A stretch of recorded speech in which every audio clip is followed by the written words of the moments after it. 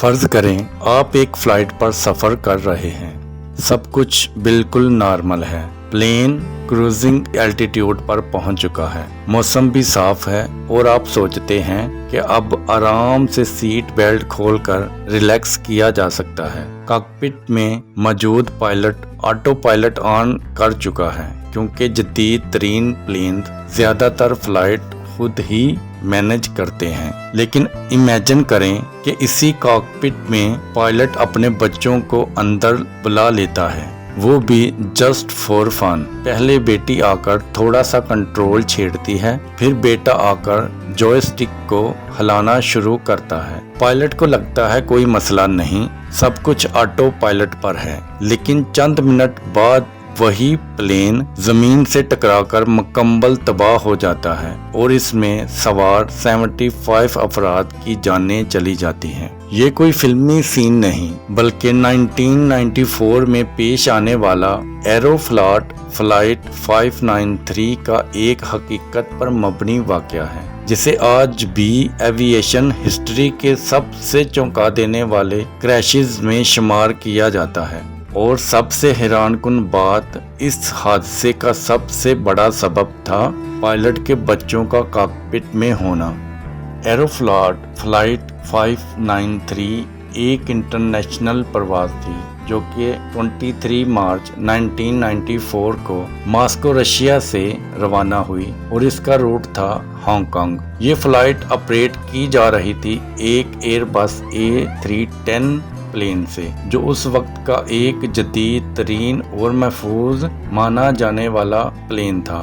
پرواز بالکل وقت پر روانہ ہوئی، موسم کلیئر تھا اور کسی قسم کی تکنیکی خرابی رپورٹ نہیں ہوئی تھی۔ کاکپٹ میں موجود تھے کپتان یاروسلاو کودرینسکی، جو نہ صرف ایک تجربہ کار پائلٹ تھے بلکہ اس دن وہ اپنے 2 بچوں کو بھی ساتھ لائے تھے، ایک بیٹی جو کہ 13 سال کی تھی اور ایک بیٹا جس کی عمر 15 سال تھی۔ کپتان نے آٹو پائلٹ آن کرنے کے بعد بچوں کو کاکپٹ میں ایکسپیرینس دینے کے لیے اندر بلا لیا۔ اس وقت یہ عام بات سمجھی جاتی تھی کیونکہ سوویت یونین کے بعد ایروفلاٹ نے ویسٹرن ورلڈ کی ایوییشن ٹریننگ اپنانا ابھی شروع ہی کی تھی۔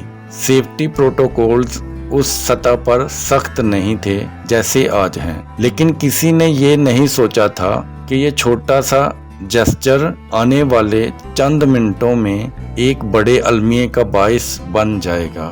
جب پائلٹ نے آٹو پائلٹ آن کیا تو ماحول کافی ریلیکس ہو گیا۔ یہی وہ پل تھا جب کپتان نے اپنی 13 سالہ بیٹی اور 15 سالہ بیٹے کو کاکپٹ کے اندر بلا لیا۔ اب یہاں ایک چیز سمجھنا ضروری ہے، کاکپٹ ایک انتہائی حساس ایریا ہوتا ہے جہاں کسی بھی غیر متعلقہ شخص کی موجودگی نہ صرف خطرناک ہو سکتی ہے بلکہ بین الاقوامی قوانین کے خلاف بھی ہے، لیکن اس وقت شاید یہ چیز اتنی سختی سے لاگو نہیں کی جا رہی تھی۔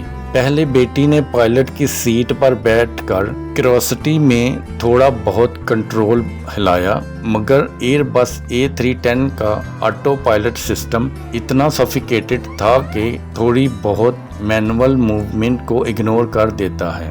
لیکن پھر باری آئی بیٹے کی، وہ زیادہ پرجوش تھا، اس نے جوئے سٹک کو دبانا شروع کیا اور زیادہ فورس اپلائی کی۔ اسی دوران ایک انتہائی نازک چیز ہوئی، پلین کا آٹو پائلٹ ڈس انگیج ہو گیا، لیکن کاکپٹ میں موجود کوئی بھی شخص اس چیز کو فوراً آئیڈینٹیفائی نہ کر سکا۔ ایئر بس A310 کے آٹو پائلٹ سسٹم میں ایک خاص تکنیکی خامی یہ تھی کہ وہ مکمل ڈس انگیج ہونے کی بجائے صرف پارشل کنٹرول یوزر کو دیتا تھا، یعنی پائلٹ یا اس کیس میں پائلٹ کا بیٹا پلین کو سٹیئر کر سکتا تھا، لیکن باقی سسٹمز ابھی بھی آٹو موڈ میں چل رہے تھے۔ اسی وجہ سے ایئر کرافٹ آہستہ آہستہ دائیں طرف رول کرنے لگا، اینگل بڑھتا گیا، مگر کاکپٹ میں موجود افراد اسے محض ایک جھٹکا یا نارمل ویریشن سمجھتے رہے۔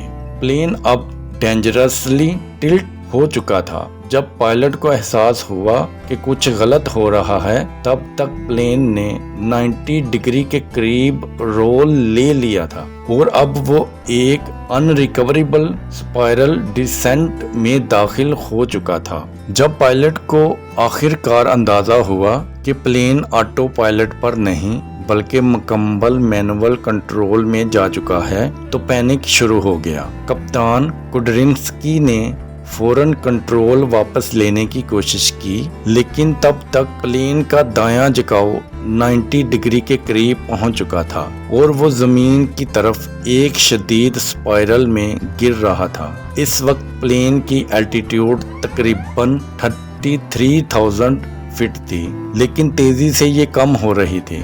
پائلٹ نے بائیں طرف گھما کر توازن بحال کرنے کی کوشش کی، جبکہ کو پائلٹ بھی کنٹرول میں مدد دینے کی کوشش کر رہا تھا، لیکن ایئر بس A310 جیسا بڑا پلین ایک بار اگر اس قسم کے اسپن میں آ جائے تو اسے واپس سیدھا کرنا آسان نہیں ہوتا، خاص طور پر جب زمین قریب آ رہی ہو اور وقت بہت کم ہو۔ کاکپٹ وائس ریکارڈر کے ٹرانسکرپٹ سے پتہ چلا کہ اس دوران پائلٹ مسلسل آٹو پائلٹ کے انڈیکیٹرز دیکھ رہا تھا، شاید اس امید میں کہ وہ دوبارہ انگیج ہو جائے، لیکن سسٹم اب مکمل مینول ہو چکا تھا اور ایئر کرافٹ فل سٹال میں تھا۔ ایک پل کے لیے ایسا لگا کہ پلین تھوڑا ریکور کر رہا ہے۔ الٹیٹیوڈ دوبارہ 5000 فٹ سے اوپر گیا، لیکن اس دوران ایک غلط کریکشن کی وجہ سے ایئر کرافٹ پھر سے اسپن میں چلا گیا۔ اس بار رفتار اور ڈیسنٹ اینگل دونوں زیادہ خطرناک تھے۔ کچھ آئی وٹنس جنہوں نے پلین کو آخری پلوں میں دیکھا بتاتے ہیں کہ وہ سیدھا زمین کی طرف نوز ڈائیو کر رہا تھا۔ چند ہی سیکنڈز بعد پلین سائبیریا کے پہاڑی علاقوں میں ایک برف سے ڈھکے ہوئے علاقے میں کریش کر گیا۔ جیسے ہی ریسکیو ٹیمز وہاں پہنچی تباہی کا منظر دل دہلا دینے والا تھا۔ پلین کے ٹکڑے کئی کلومیٹرز تک پھیلے ہوئے تھے اور تمام 75 افراد جن میں عملہ، مسافر اور پائلٹ کے اپنے دونوں بچے بھی شامل تھے وہ موقع پر ہی ہلاک ہو چکے تھے۔ فلائٹ ڈیٹا ریکارڈر اور کاکپٹ وائس ریکارڈر نے جب حقیقت سامنے لائی کہ کاکپٹ کا کنٹرول اس وقت ایک 15 سالہ بچے کے ہاتھ میں تھا تو دنیا بھر کے ایوییشن سرکلز میں ہلچل مچ گئی۔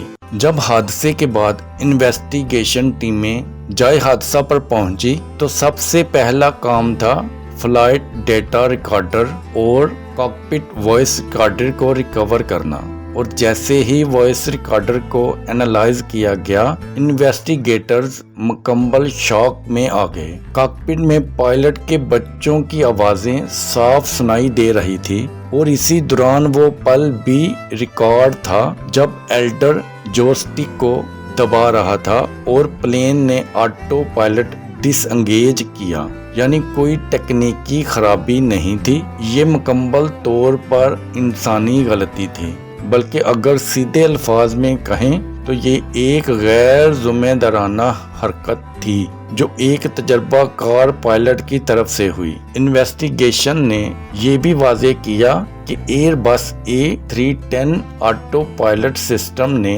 ڈس انگیجمنٹ کی وارننگ ضرور دی تھی، لیکن وہ صرف ایک چھوٹے سے لائٹ انڈیکیٹر اور بیپ کی صورت میں تھی جو کاکپٹ کی ہلچل میں مس ہو گئی۔ یہی وجہ تھی کہ کئی ایوییشن ایکسپرٹ نے کہا کہ ڈیزائن فلا بھی جزوی طور پر ذمہ دار ہے، کیونکہ آٹو پائلٹ ڈس انگیج ہونے پر پائلٹس کو زیادہ پرومیننٹ وارننگ ملنی چاہیے تھی۔ حادثے کے بعد ایروفلوٹ کو شدید عالمی تنقید کا سامنا کرنا پڑا۔ دنیا بھر کے میڈیا نے سوال اٹھایا، ایک پائلٹ کے بچے کاکپٹ میں کیا کر رہے تھے؟ کیا روسی ایوییشن ابھی بھی پرانی سوویت یونین سوچ سے باہر نہیں نکلی؟ نتیجتاً ایروفلاٹ نے نہ صرف اپنے کاکپٹ پروٹوکول کو مکمل طور پر ریفارم کیا بلکہ اپنی ٹریننگ سٹینڈرڈز کو بھی انٹرنیشنل نارمز کے برابر لے آیا۔ سب سے بڑا اثر یہ ہوا کہ گلوبل ایوییشن